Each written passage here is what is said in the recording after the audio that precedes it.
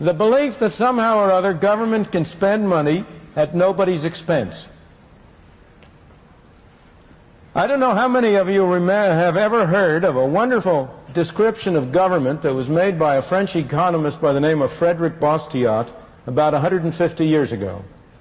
He said, "Government is that fiction whereby everybody believes that he can live at the expense of everybody else." And that is the free lunch myth.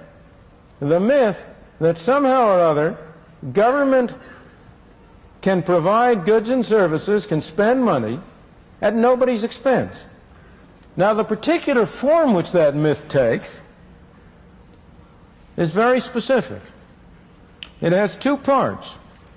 One part is the belief that somehow or other you can tax business without consumers or workers or individuals paying for it. Somehow business is a big source, a big cornucopia out there that can be taxed at no cost.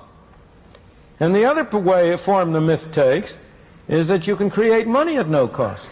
That if you turn the printing press, if you produce those greenbacks, that will enable people to become richer with nobody becoming poorer. Well, let me look at first problem. Can you tax business? What's business? There's no business to be taxed. There are people. Only people can pay taxes. Can I tax this floor? Can I tax the building? The building can't pay taxes. Only people can pay taxes. So when you talk about a tax on business, it has to be paid by somebody. Either it's paid by the stockholder, or it's paid by the customer, or it's paid by the worker. There's no other way it can come from. There's no Santa Claus, no tooth fairy that's going to provide a source by which the government can spend money that doesn't come from somebody. Somebody has to pay. And yet, over and over again, you hear the claim, oh, we must not increase taxes on individuals, we'll increase taxes on business. In connection with the current discussion of Social Security, this fiction arises. There is a fiction that the Social Security tax is half on the individual and half on the employer. That the individual only pays 5.75%, the employer pays an equal amount. That's nonsense. That's bookkeeping. That's not economics. That's not reality.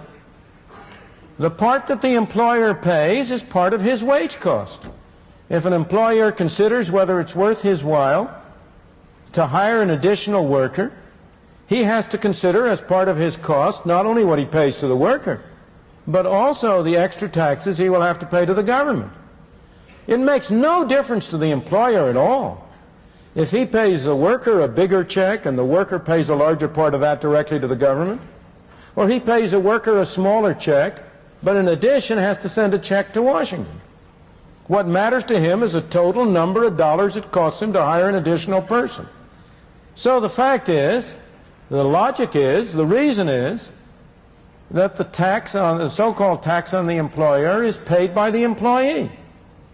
Now, this has always been clear from economic reasoning, general economic reasoning, but it has also been subjected to empirical test. And a book, even from that temple of belief in greater and bigger government, the Brookings Institution in Washington, published a couple of years ago, demonstrated empirically that the tax on the employer was really paid by the employee, that it was shifted to the employee, and it can't be any other way, as you will see if you think about it. So business doesn't pay that tax. And yet, despite this, you have the great move in Congress right now in remedying the problem of Social Security.